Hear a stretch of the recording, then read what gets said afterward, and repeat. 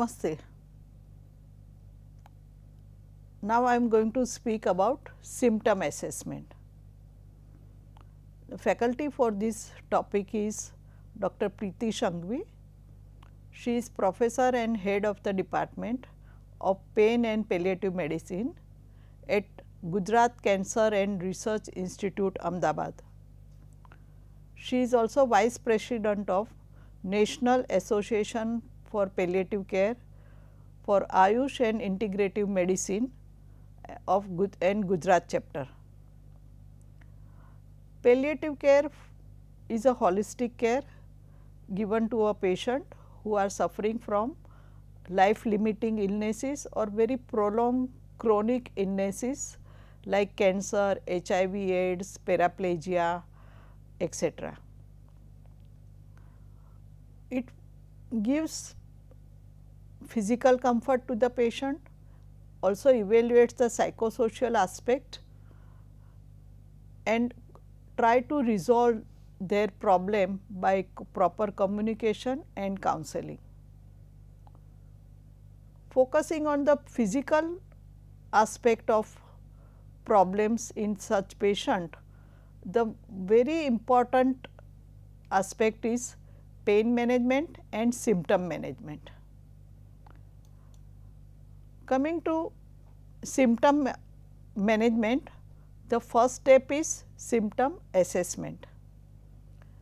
So, when a patient is suffering from life limiting illness, as I described cancer, HIV, AIDS, some neurological problem, some respiratory tract problem, liver function problem, renal failure, etc., then they are likely to have many physical problems, and these physical problems are called symptoms.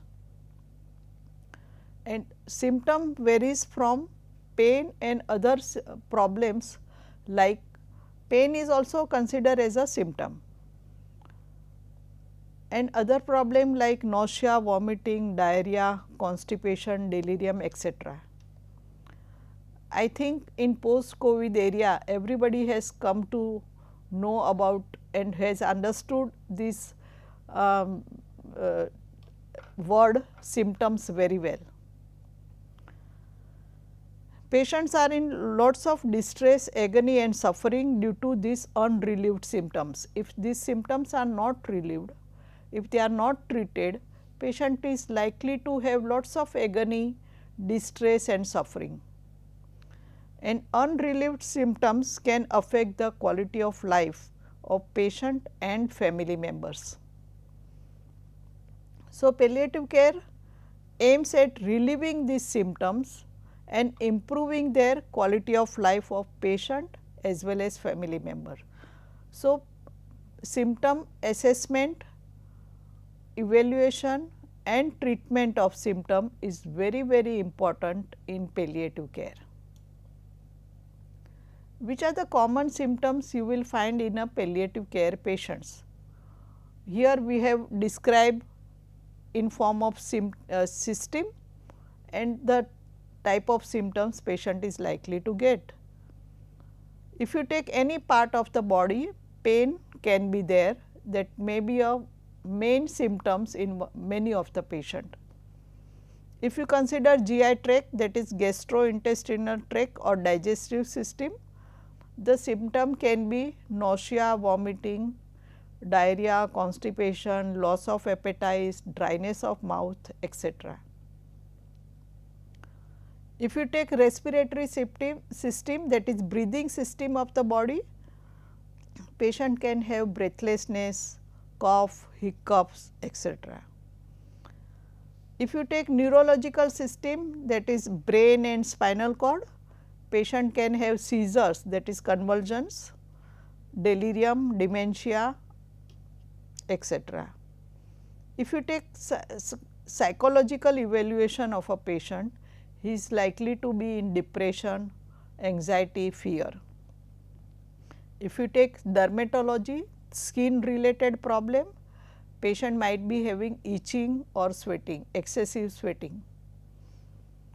If you take genitourinary system, genitals and urinary kidney system. Patient can have bleeding, burning micturition or even pain. There are few symptoms which needs emergency attention and they should be treated immediately. First and foremost is severe pain. Any patient having severe pain should be treated with appropriate drug given, preferably given by injections. Breathlessness, vomiting. If patient has continuous vomiting, he is not able to eat or drink anything, then it should be treated immediately. Bleeding, seizures, that is convulsion, and restlessness, etc. There are few symptoms which are present in the dying patient. In palliative care, you are dealing with the patients who are suffering from long time of illness, and a stage may come when the patient's condition is so critical and he is likely to die within few days or few hours. And these patients are likely to have very severe symptoms and they are in lots of agony and distress. Few of them, they can have pain, dyspnea means breathlessness, difficulty in breathing, agitation, they are restless, they are disoriented, they cannot recognize people, they cannot understand what you are talking, they will not follow your commands or your orders. They may be in delirium and there are lots of secretion sometimes from the mouth or nasal cavity, etc. So, if you identify these symptoms, then you can also identify whether patient is dying or not. As we said discussed earlier, common symptoms in dying patients are severe pain, difficulty in breathing, coughing, dryness of mouth, nausea, vomiting, constipation, sometimes fever, very high grade fever, and excessive oral or pharyngeal secretion, and patient is not able to swallow this secretion and neither he is able to spit it out, and this secretion remains in the mouth, in the throat of the patient, and it gives some noise during breathing. This is called death rattle. If you identify this symptom, you will be able to predict that patient is dying now. So, family members can be informed and necessary arrangement preparation can be done. Why it is necessary important to relieve symptoms of patient in palliative care? Effective supportive care or effective treatment is the right of every patient, partner and relative. So, palliative care focuses only symptom management of patient as well as caregiver. It is duty of every healthcare professional to provide adequate symptom relief regardless of the outcome of the underlying disease. Whether you are going to treat the disease, cure the disease or not, that is okay, but at least relieve the symptom. So, patient will be comfortable. So, doctor, nurse, paramedics, whoever is capable of doing this, relieving the symptoms, should carry out their duty. Unrelieved suffering causes demoralization and may quickly impair quality of life.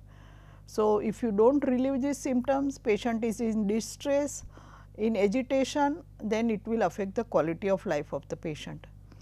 Then understanding the principles of symptom management may help optimize palliation and improve quality of life. So, if you understand the symptom, assess them, treat them, then it will improve quality of life of the patient.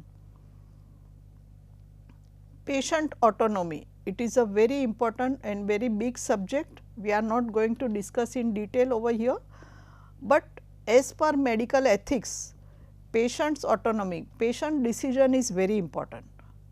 First you inform the patient about what you are going to do with him or her, and if she gives consent or agrees, then only you can carry out that procedure or intervention. So, patient autonomy is important. Relief of suffering is the cardinal goal of medicine. Why patient comes to a doctor? To relieve his suffering, his distress, his problem which is bothering physical, at least physical problem which is bothering him. So, relief of this suffering is a cardinal goal of the medicine. Why patient gets symptoms? The symptoms may be because of the underlying disease. Like example, if there is a big tumor into the lung and it is pressing on the trachea, that is windpipe, right. So, patient will have difficulty in breathing, he will not be able to breathe properly. So, symptom is because of the underlying disease. Second cause is iatrogenic. Iatrogenic means given that problem is given to patient because of the treatment by a doctor. So, or that treatment is given for the disease management, whatever treatment he is receiving for his cure of his disease, he might give some side effect, and that is called iatrogenic problem. Like mucositis following radiotherapy, if a head and neck cancer patient receives radiation for the treatment of his tumor, he is likely to develop mucositis. Mucositis is inflammation of the mouth. In the mouth there will be ulcers, redness and very much pain. It can be because of side effect of the treatment, like nausea, vomiting following chemotherapy. Chemotherapy drugs are likely to cause nausea, vomiting, loss of appetite and all such things. So, this is side effect of the treatment. So, patient can have symptoms because of the disease, because of the disease management treatment like radiation, chemotherapy, etc. But when the cancer is in advanced stage, it is growing and it is spreading to other part of the body, the symptoms become chronic. With the so much of cancer, the patient is likely to have some chronic symptoms. These symptoms are there every time, every day for weeks and months together, and these symptoms, the severity of the symptoms can be moderate or severe, and sometimes patient may have 2 or 3 multiple symptoms at one time. So, you have to relieve them to improve quality of life of the patient. The objective of assessment. So, coming to first steps towards symptom management is symptom assessment. What is the objective? Why you want to have symptom assessment? An appreciation of full diversity of factors those contribute to suffering. First of all, by assessing you can find out which are the factor which is contributing to these symptoms. So, you can try to objective is to understand the current problem of the patient and caregiver, understand their need, what they need. See, if the patient is having severe vomiting, at the same time he is having slight headache, you will understand what patient wants first. He wants to relieve his vomiting first, and then you can try and relieve his headache. So, patient needs to be assessed and understood. Evaluate adequacy of available resources. Within available resources, you will able to relieve their problem. Like for vomiting, if you tell that patient needs to get admitted and patient is not ready to get admission because he does not have anybody to look after him, or he has only one son who is earning, and if he also stays with the patient for 2 days, then he will have a loss of job. So, in this case, whatever available resources, you have to give medicine which can be taken by mouth at home. So, patient can go home and take medicine instead of getting him admitted. So, with available resources, you try to relieve his problem. Assessment is also important when you know whether your treatment is effective or not, your treatment is working or not. So, this is the assessment, importance of assessment. So, at the time of assessment you also evaluate medical variable in patient, family and available community medical system. What are the resources available to them? They are staying in a town or in rural area, whether they have access to a dispensary or primary health center or a big hospital or whatever. Second is psychological variable in patient, family available and available psychological community support. Also evaluate the community support and what type of psychological background patient is from, whether he has knowledge about his disease, whether he has knowledge about these medicines, his symptoms, etc. And social and financial variable in patient and family needs to be evaluated. You can if a patient coming from a poor resource setting, he may not be having enough money to buy a very costly medicine. So, whatever drug is available at his town or in his rural setup and what he can afford, that are the these are the type of treatment you have to prescribe. You have to consider patient as well as family member or caregiver who is accompanying the patient about assessment. Patient may not be able to, sometimes patient is in such a state, he is very weak, not able to talk, not able to express, or maybe patient is not literal, then you have to take help of the family member and evaluate the symptoms, that how many times he is vomiting, after what food type of food intake he is vomiting and all such thing. As a clinician, your attitude, your behavior should be such that you are actively listening to the patient, you are taking interest in evaluating his symptoms and you are ready to help him in whatever best way possible. So, by this you encourage open and effective communication about perceived problem. Whatever symptoms he has, it requires very good open and communication, effective communication to find out what type of symptom they are, what is the intensity of the symptoms and what is bothering them the most. When patient comes with particular symptoms, you have to do patient assessment first, take history of the disease, stage of the disease and what type of treatment he is taking and what are the current symptoms and what medication he is taking for that symptoms. You also evaluate, sometimes some of the symptoms are not documented and patient also does not know whether it is important or not, but prevalence of poorly controlled pain and other symptoms should be done, like patient having constipation since 4 or 5 days and coming with only vomiting.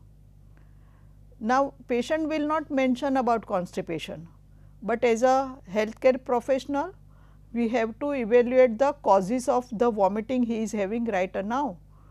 So, constipation is one of the factor which can contribute to vomiting. So, you evaluate other symptoms also by asking direct question, are you having constipation? When did you pass your stool last time and how frequently you pass and all such thing. So, this poorly controlled symptoms also needs to be evaluated. Then do clinical examination of the patient, whatever system is affected, take the vitals and other systemic examination. Also evaluate the functional status of the patient, whether he is mobile or bed bound, whether he is able to walk, whether he is able to walk with the support, etc. Ability to communicate, whether he is fully awake, conscious, oriented in time, place and person, he is able to express himself properly or not. Ability to perform daily activity, whether he is doing his routine core like going to bathroom and taking bath and going out and doing his job and all. Bowel and bladder function, as I said, the history of passing urine and stool is very important in palliative care or any other symptoms patient is having, because sometimes patient is not able to do not have control over their bowel and bladder function. Whether patient is fully alert or not, whether he is semi-conscious, disoriented, slightly sedated, and whether he is totally alert. After this evaluation, you can ask few blood tests if required, only if required.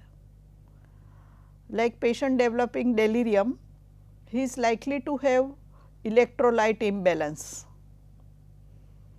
So, you may advise electrolyte studies in this patient.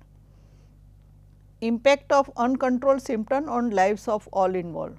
See, because of delirium, patient is not able to sleep, disoriented, agitated. At the same time, family member is also, their life is disturbed. They will also not be able to sleep, and one or two people has to be continuously remain around the patient. So, evaluate that. Emphasizes addressing these issues earliest. Tell them that whatever issues they have, they will be addressed at the earliest as possible. Evaluate the family background, whether how much they know about the disease, how much they know about the stage of the disease and treatment given so far, and what they expect from you about the further treatment, future treatment and its outcome. Evaluate the psychological aspect of the family members and what type of support they have. Like before giving treatment, like if a patient is having advanced stage of cancer and he comes to you for treatment,